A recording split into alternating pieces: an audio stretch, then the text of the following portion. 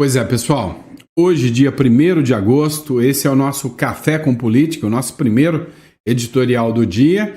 Dia que começa, né? Sanções, ou melhor, tarifas contra o governo brasileiro. Agora, antes de começar a matéria, eu vou fazer uma coisa diferente. Eu vou começar fazendo um questionamento para você. Vem cá.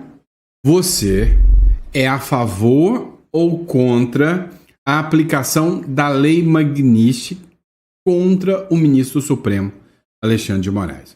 Você acha que é uma situação tanto quanto complicada, é um remédio amargo, mas necessário para defender a liberdade? Ou você acha que não?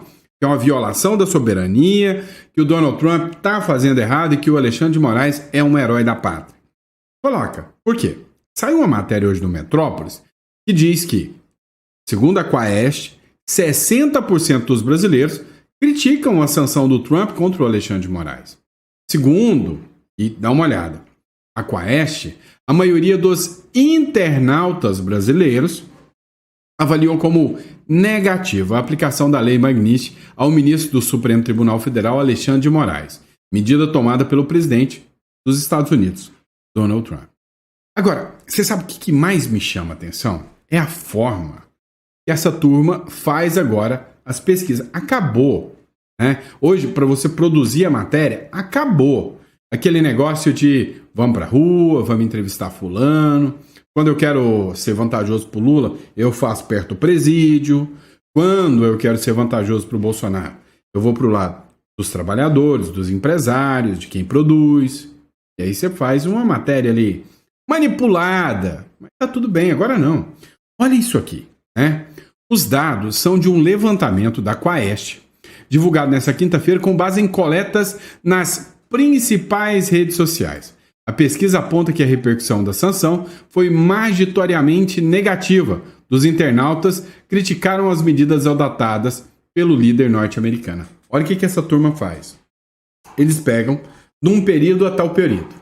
E aí, já tem uma matéria, você pode olhar aí, o Globo, falando que o PT usa robôs para interagirem, né, mecanicamente nas redes sociais. Então, a Quaest vem e fala, olha, tal hora eu vou fazer uma busca nas redes sociais, uma pesquisa. Pesquisinha. Vou pesquisar todos.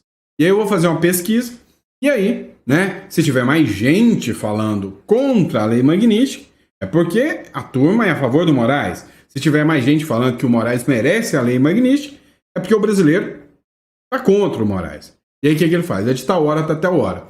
Chega os robozinhos, o gabinete da ousadia, publica um monte de coisa naquela hora, ele pega algumas redes sociais, observa, né, por inteligência artificial, quem foi mais a favor, quem foi contra, e aí me manda uma porcaria de uma matéria como essa. Pronto. Aí todo mundo pensa, nossa, opinião pública manipulada? 60%? É contra a Lei Magnitsky, contra o Trump e a favor do Moraes? É simples. Joga o Bolsonaro e o Moraes na Avenida Paulista e deixa os dois andar. Aí você vai ver quem tem mais popularidade, né? Quem chega até o final da Paulista, né? Mas vamos lá. Bora entender um pouco mais. Esse negócio da Magnitsky, ô novelinha que tá boa de assistir. Convenhamos. Admita comigo. A novela tá boa de assistir. Dá uma olhada nisso aqui. Matéria da Folha de São Paulo. Interferência do Trump pode transformar a ação da trama golpista no STF em manifesto por soberania. Nossa, que coisa linda. Ou seja, agora, nos votos dos ministros do Supremo Tribunal Federal, que tem o golpista Bolsonaro, o cara ruim, que não participou de Petrolão, nem Mensalão, nem roubou muito o Brasil. Não. O que ele fez? Né? Fez um golpe usando a Constituição. Né? Ou seja, foi lá, fez uma minuta, observou e falou, ó, a Constituição deixa eu dar um golpe. Então é um golpe constitucional. Né? Vou fazer um estado de sítio. Fez uma reunião com embaixadores, criticou algo que todo mundo criticava, e aí ele é um golpista. Vai preso por causa disso. E aí, agora, né, os ministros do Supremo Tribunal Federal, segundo a Folha de São Paulo, farão nos seus votos, que deveriam ser jurídicos, verdadeiros votos políticos, manifestos pela soberania do Brasil. Vamos lembrar que o ministro Alexandre de Moraes, na decisão, né, sobre a tornozeleira eletrônica do Bolsonaro, que não podia estar em entrevista, citou até Hitler. Lembra disso? Ou seja, são votos políticos e não jurídicos. Então, assim, a Folha de São Paulo não tem vergonha na cara em falar que os votos serão manifesto de soberania. Mas não acabou ainda, não. A trama golpista Tabajara não acabou ainda. Vai além. Olha essa matéria da Revista Oeste. O STF pode antecipar o julgamento do Bolsonaro depois das sanções dos Estados Unidos ao Moraes, diz jornal. Para pensar. A opinião pública e a situação política jamais poderiam interferir nas decisões jurídicas. Dentro de uma democracia séria e sólida, isso não existe. A não ser em repúblicas, republiquetas, né? Democracias relativas, só assim. O Supremo Tribunal Federal avalia antecipar o julgamento do ex-presidente Jair Bolsonaro no caso da suposta tentativa de golpe de Estado. A medida ganhou força depois que o governo dos Estados Unidos sancionou o ministro Alexandre de Moraes. De acordo com a informação do jornal O Estado de São Paulo, é essa mesma publicação que eu mostrei para vocês. A corte não deve ceder força, manifesto de soberania, né? Não deve ceder ao que os ministros classificam como uma chantagem. Classificam como uma chantagem do presidente norte-americano Donald Trump. Ainda, segundo o veículo, o julgamento pode até ser concluído no final desse mês agora de agosto. De hoje até o final de agosto, 30 dias, vai ser encerrada. A previsão inicial era que era só setembro, mas por questões políticas, o STF vai antecipar.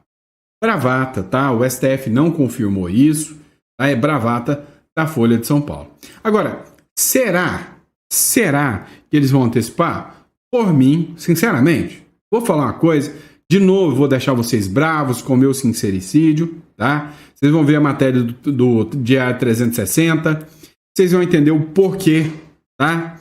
Mas para mim, que votem já amanhã e mostrem quem vai condenar ou não o Bolsonaro. Porque na minha visão, a minha opinião, é que as sentenças já estão prontas. E aí eles só vão apresentar a sentença. E já que a sentença é política, vai antecipar uma decisão política. De quem? Do Donald Trump. Porque vem cá, o governo Trump planeja sanções graduais contra os ministros do STF, se votarem a favor do processo contra o Bolsonaro. Então, já que vai sancionar, sanciona logo, né? Então, deixem votar contra o Bolsonaro, porque vão votar. E aí, deixa eu ver o que o Trump vai fazer. Porque é o seguinte, alguém aí acha que o julgamento vai ser imparcial, com o devido processo legal, justo. Se acha, eu estou falando besteira. Agora, se já acha que a sentença está pronta, a hora que a sentença chegar, o Trump vai chegar chegando também. O governo Trump anunciou um plano estratégico de sanções graduais contra ministros do Supremo Tribunal Federal do Brasil, se votarem a favor do processo contra o ex-presidente Jair Bolsonaro, demonstrando apoio firme a aliados internacionais e a defesa da liberdade política. As medidas iniciadas com as restrições financeiras ao ministro Alexandre de Moraes sobre a Lei Magnitsky e a imposição de tarifa de 50% sobre importações brasileiras refletem a determinação de Trump em combater o que considera perseguição judicial contra Bolsonaro, reforçando a sua postura de liderança global na proteção dos valores conservadores. O que isso quer dizer? Quer dizer o seguinte, o sinal do Trump foi claro. Olha, se você é um líder conservador, se você está disposto a lutar pela direita, eu não vou te abandonar. Não é à toa que o Milley está fechado com o Trump, o Bukele está fechado com o Trump, o Orbán está fechado com o Trump, não é à toa que aqui Paraguai está fechado com o Trump. Ou seja, ali já está esta, né? A sorte está lançada. E se ela está lançada, alguns vão ter que escolher um lado. Quem vai estar do lado do Xi Jinping e quem vai estar do lado do Trump. O Trump não abandonou o Bolsonaro em nenhum momento. O Xi Jinping já disse um belo foda-se para o Brasil, dizendo que não vai comprar resto que os Estados Unidos não quis. É o que disse uma matéria do CNN. E como eu tenho dito e avisado para vocês, presta atenção, matéria da Mariana Sanches, as sanções ainda virão, e virão maiores ainda. Mariana Sanches, isenção da Embraer no tarifaço pode ser retirada em breve. Quando o Trump lançou as tarifas, né, ele deu ali quase 700 isenções. Uma das empresas que pode ser uma das mais impactadas de todas é a Embraer. Uma das maiores empresas do setor de aviação aqui da República das Bananas e do mundo, né? Agora, o que acontece? Houve uma exceção para ela. Agora, olha o que a Mariana Sanches, do UOL, publicou. Há uma expectativa de que no Congresso dos Estados Unidos seja aprovada uma lei para sanções secundárias a países que façam comércio com a Rússia. Elas seriam de 500%. Esse projeto de lei já conta com apoio bipartidário. O que é bipartidário? Direita e esquerda dos Estados Unidos vão estar contra o Brasil. Então a sanção vem de todos os Estados Unidos. Não só dos republicanos, mas dos democratas também. É um apoio bipartidário, ou seja, é unânime nos Estados Unidos. Dos fertilizantes usados hoje no Brasil, 30% são importados da Rússia. O Brasil seria frontalmente atingido e a ideia aqui em Washington é que não haveria nem os democratas para chiarem, pelo contrário. Ou seja, a sanção vai chegar. O Vinícius Carrion publicou o seguinte, comentando essa matéria. Olha, a coisa pode piorar absurdamente. Além da questão da Embraer, que pode perder a isenção, podemos tomar mais 500% de tarifa por fazermos comércio com a Rússia, se o Congresso americano aprovar essa lei. Se o Brasil não der um duplo twist carpado, recuar imediatamente, o Brasil vai fazer aquilo que o Alexandre de Moraes mandou o brasileiro fazer, né? Com este dedo para cima, né? Vocês sabem o que eu estou falando. Agora, vem cá. Você já viu aquele ditado que quem tem sede tem medo? Pois é. Olha, temos um ponto interessante aqui. Dá uma olhada nessa aqui. O ministro Luiz Roberto Barroso, ele é uma figura que até anteontem estava tirando sátira do Donald Trump, dizendo, olha, make, lie, wrong again. Ou seja, faça que a mentira seja errada novamente. Fazendo referência ao Trump, rindo, brincando, fazendo chacota, até que chegou a lei Magnitsky e, vral, chegou de cheio. O Vieira lá, que é o chanceler do Brasil, Mauro Vieira, ele foi lá para os Estados Unidos para tentar dialogar com o Trump. Não conseguiu. Sabe o que ele fez? Foi para a ONU, em Nova York. Fez reuniões bilaterais com palestinos, reuniões bilaterais com a turma do Irã e blá, blá, blá, blá, blá, blá. E apoiou sanções contra Israel. Sanções militares contra Israel para que os países da ONU não dessem apoio à defesa de Israel, que é o principal aliado dos Estados Unidos. O Lula, de uma forma deplorável, vergonhosa, vexatória, humilhante para o povo brasileiro, assinou um decreto que tira o Brasil da aliança para a memória do Holocausto, ou seja, uma memória para relembrar o Holocausto e ter uma aliança com o povo judeu. O Lula saiu. O Lula, que é uma pessoa não grata entre o povo de Israel. Adivinha quem apareceu para rebater o Lula pela primeira vez? Barroso. Ministro Luiz Roberto Barroso pediu que o Brasil fique na aliança para a memória do Holocausto. O presidente do Supremo Tribunal Federal atua pessoalmente para mostrar ao governo Lula que a decisão de sair do grupo é prejudicial para o país. O Barroso ontem fez um vídeo, um ótimo vídeo, diga-se de passagem, digno de um verdadeiro presidente do Supremo Tribunal Federal, falando que não quer briga com os Estados Unidos, que vai seguir, né, o devido processo legal, tudo isso, digno de um presidente do Supremo. Só que, too late. Para mim, tarde demais. O Barroso vai recuar. Detalhe, um apartamento de 22 milhões já está na mira do Trump lá nos Estados Unidos. Deputados europeus já pedem um cancelamento de bens de ministros do Supremo Tribunal Federal lá na Europa. Tem ministro que adora viajar para Lisboa, fazem eventos gigantescos em Lisboa. E aí? Isso é bom? Isso é ruim? Hã? O que eu digo para vocês? A verdade é que eles podem tentar transparecer a tranquilidade, mas não estão com tranquilidade nesse momento. Estão preocupados. Assim como nós, brasileiros, estamos morrendo de medo de como vai ficar a economia amanhã, eles estão morrendo de medo do que o Trump vai fazer amanhã. Estão morrendo de medo do que o Trump pode agir amanhã. O Trump é o cara que jogou míssil no Irã. Vocês esqueceram? o Trump é aliado do cara que, né, de Israel, Netanyahu, que mandou míssil no Irã, mandou míssil lá no Hamas, e que tá porra aqui com Lula. Então, eles já entenderam que o jogo, né, não é só gritar, falar alto e mostrar a caneta, é muito mais embaixo. O Mário Sabino, que é um jornalista, o cara era anti-Bolsonaro, tá? Só pra vocês entenderem.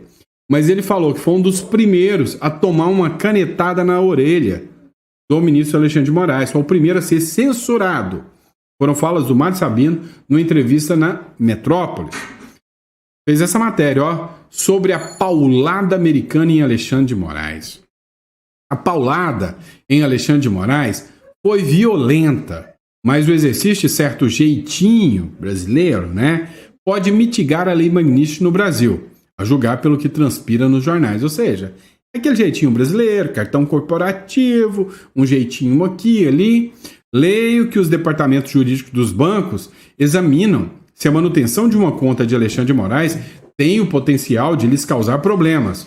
Parece existir a possibilidade de um ministro conseguir manter suas correntes em bancos nacionais, ainda que essas instituições tenham filiais e negócios nos Estados Unidos. Obviamente, se fôssemos eu ou você, seríamos convidados a encerrar a nossa conta imediatamente. Não deveríamos, não valeríamos qualquer risco. Mas a autoridade é autoridade e nenhum banco quer ter problemas com a STF, desde que eles sejam contornáveis por meio de jurisprudência que passa ao largo dos cidadãos comuns, né? E aí aqui ele continua, é um texto longo, né? Mas ele diz o seguinte, olha, o ministro Alexandre de Moraes, com todas as proteções, com todo o jeitinho brasileiro, está preocupado. E um dos, né, motivos pelos quais ele se encontra preocupado é o dedinho para cima no jogo de Corinthians. É o dedinho para cima, tá? Vocês sabem o que eu tô falando. Mandando todo mundo tomate cru, né? E aí vem, adivinha? Vem, publicação do Messias Donato, né? Vem o ex-decano, presidente do STF, Marco Aurélio de Mello, e descasca o ministro do Supremo Alexandre de Moraes por causa do vai tomate cru, né? Do dedinho pra cima no jogo lá do Corinthians, logo do Corinthians, né, pessoal? Logo do Corinthians. Escuta o que diz aqui o Marco Aurélio de Mello. Eu pensei que fosse montagem, que fosse fake news. Eu não acreditei que ele pudesse realmente praticar esse ato que nós sabemos que é obsceno. E não sei o que houve. O que houve, como ele chegou a essa prática e por que chegou. Nós tivemos no passado uma frase do atual presidente lá em Nova York que se virou para a manifestação, o manifestante, e disse perdeu o mané. Já foi uma extravagância ímpar. Agora chegasse, mediante um gesto, a um xingamento. Qual é o período que nós estamos vivendo no país? Precisaremos fechar o país para balanço para ter uma correção de rumos? Eu creio que hoje o ministro Alexandre de Moraes deve estar super arrependido do que fez, de ter feito o gesto que fez em um local público. Agora, eu não queria estar na pele, evidentemente, do ministro Alexandre de Moraes. Eu, por exemplo, sempre saí à rua, sempre fui um homem de ir ao mercado, ir a um local público e jamais fui hostilizado. Hoje, os integrantes do Supremo, como quer, perderam a cidadania, só que conseguem sair a público acompanhados de um contingente de seguranças. Alguma coisa está errada. Pois é. Alguém conta para ele que tem muita coisa errada. O gesto do ministro Alexandre de Moraes gerou muita repercussão, né? O gesto, para quem está acompanhando, é esse aqui, ó, na parte de cima, aqui você vê, ó, viu? Tá? Levantou o dedinho para cima para todo mundo, vai tomate cru, né? E aí, o ministro foi alvo de críticas também do advogado do Donald Trump. O cara, né, o americano falando em português aqui, né? Olha só. Mais uma irresponsabilidade do ministro do Supremo Tribunal Federal. Em relação à primeira pergunta, né, que é como avaliar o gesto do ministro, eu acho que continua na linha dele.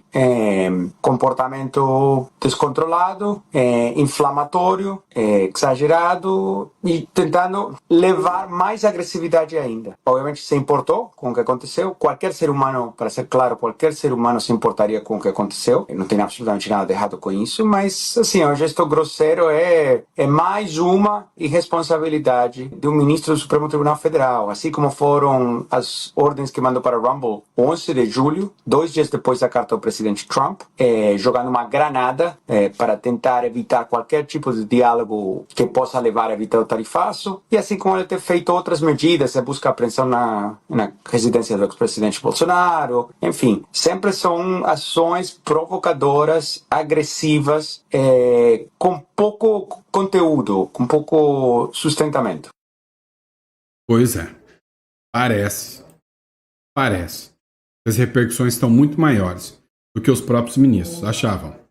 Vem cá, a Gazeta do Povo também fez uma publicação.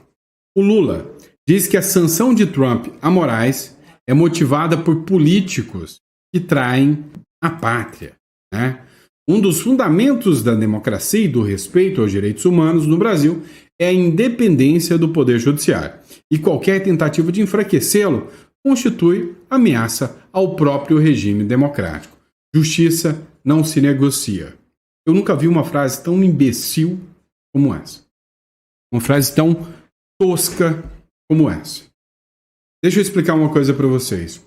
Acima do Poder Judiciário, Poder Judiciário, que é um órgão, né? Um órgão. Justiça, como é conhecida como órgão judiciário, ela não busca fazer o que é certo, o bem comum da sociedade. Muito acima da dita justiça que não se negocia, estão os direitos humanos, os direitos e garantias fundamentais. Esses sim não se negociam. O problema é que essa dita justiça ela é parcial. Afinal, se eu tenho aqui, né? Se eu tenho aqui R$1 milhão e eles resolvem entregar todo esse R$1 milhão para mim e deixa o meu coleguinha sem, para mim isso é justiça. Para mim foi bom. O meu colega vai se sentir injustiçado. Se vai tudo para ele, ele vai se sentir justiçado e eu injustiçado. Né? A justiça é um sentimento, cá entre nós, subjetivo demais. Agora, os direitos humanos não. O direito que eu tenho, por lei, de recorrer. O direito que eu tenho de manifestar a minha livre opinião do pensamento. Isso não. Isso não. Cá entre nós. Né? Então, perderam totalmente a realidade, né? A noção dos fatos. Agora, é bom vocês olharem uma coisa. Né? Virou meme, mas isso aqui não é meme. A Globo resolveu fazer algo que vai resolver todos os problemas do Brasil. Pegar o vice-presidente, o Alckmin, né? Eu sei, vocês esquecem que existe um vice-presidente. Vocês acham que é a Janja. Não é a Janja. É o Alckmin. Se bem que a Janja sumiu também. É o Alckmin. E o Alckmin foi, né, talvez uma das instituições mais famosas do Brasil Mentira. No mais você da Ana Maria Braga para tentar resolver o problema. E ali ele falou que o Lula já ficou preso. Dá uma olhada o que ele falou. Então, o que eu quero perguntar ao senhor é o seguinte, esse tom que vai mais para o confronto prejudica as negociações diplomáticas para derrubar essas tarifas? Prejudica até mesmo o senhor que está à frente dessas negociações? César Tralli, o presidente Lula tem deixado o seguinte, é inegociável a soberania do país. Quer dizer, não é possível porque um outro poder que você não tem como interferir, É bom lembrar que o presidente Lula...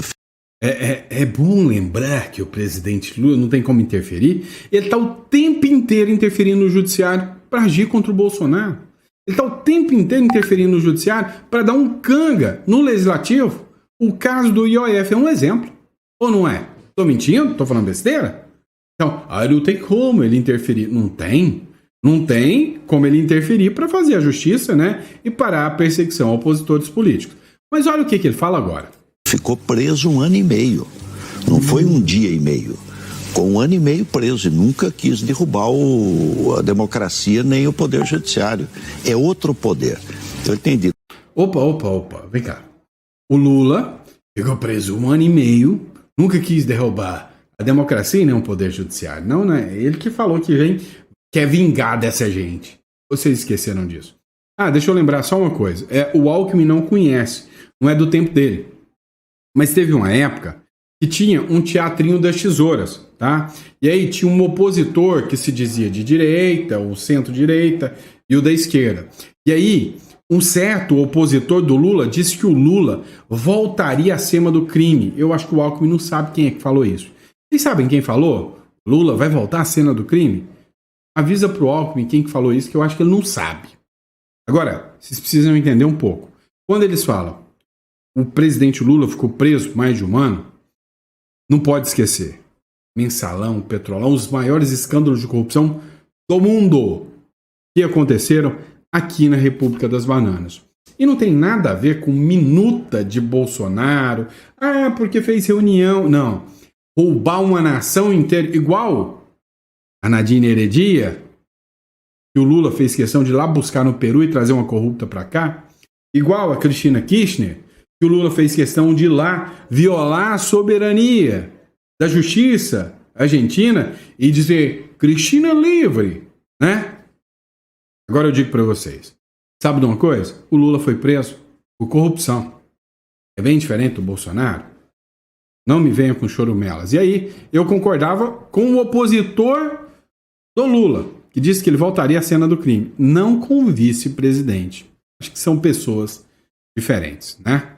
Mas enfim, o chanceler do Brasil, Mauro Vieira, o mesmo que foi lá para tentar, né, contra Israel, tirar, na ONU, tirar o direito de defesa de Israel. Isso não é atentar contra a soberania, tá? Foi lá, disse que o secretário dos Estados Unidos, né, foi lá dizer pro Rubio que ele não vai se curvar a pressões externas. E você, ô Estados Unidinho, não sabe o tamanho da força que o exército brasileiro tem para pintar meio fio? Então, a grande questão é a seguinte. Mauro Vieira diz que o Brasil não vai se curvar à pressão externa e crítica e ingerência dos Estados Unidos nas decisões do judiciário brasileiro. O ministro Mauro Vieira, das Relações Exteriores, afirmou que o Brasil não vai se curvar à pressão por conta de justificativas dadas do governo norte-americano, que nós somos soberanos, que nós temos soberania. Enquanto isso, os Estados Unidos estão igualando o ministro Alexandre de Moraes e grande parte do mundo que está do lado dos Estados Unidos estão igualando o ministro Alexandre de Moraes a xerifes do Talibã, a líderes de gangue haitiana, a ex-presidentes corruptos, porque está todo mundo na lista da Magnitsky. Então, hoje eu vou falar uma coisa para vocês. Essa briga de gato e rato que envolve o Congresso Nacional, os líderes do Congresso Nacional, por exemplo, o Alcolumbre acabou de falar em soberania nacional para defender o STF. Resumindo, Executivo, Legislativo e Judiciário brasileiro. São 3 poderes travando uma batalha contra o Donald Trump? Responde para mim. Quem tem mais força? O Donald Trump ou os 3 poderes do Brasil? Coloca no comentário que eu quero saber. E aí, para você que acompanhou a gente, olha só. Sou advogado, tributarista e a nossa estrutura aqui, né, uma das principais funções que a gente faz é fazer consultoria financeira para vocês sobre investimentos e sobre holdings, offshores. E se esse tipo de trabalho interessa a você, eu vou deixar aqui na descrição. Se você acha que você precisa reestruturar, fazer seu planejamento, eu estou aqui para poder te ajudar, tá bom? Então clica aqui na descrição, agenda uma consulta e fale conosco. Combinado? Grande abraço, fica com Deus. Eu vejo vocês no próximo editorial. Abraço!